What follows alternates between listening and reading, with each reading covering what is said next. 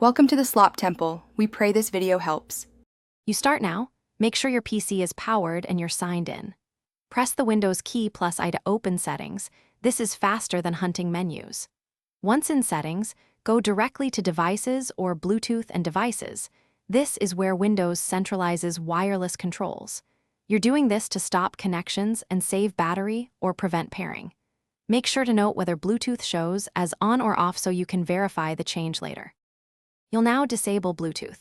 Find the Bluetooth toggle and set it to off. This immediately stops discoverability and connections.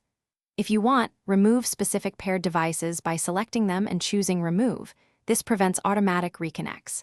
If the toggle is missing, open Action Center, Windows key plus A to try the Quick Tile, or open Device Manager, expand Bluetooth, right-click the adapter and choose Disable. Once done, Windows should show Bluetooth as off. Finish by verifying the change.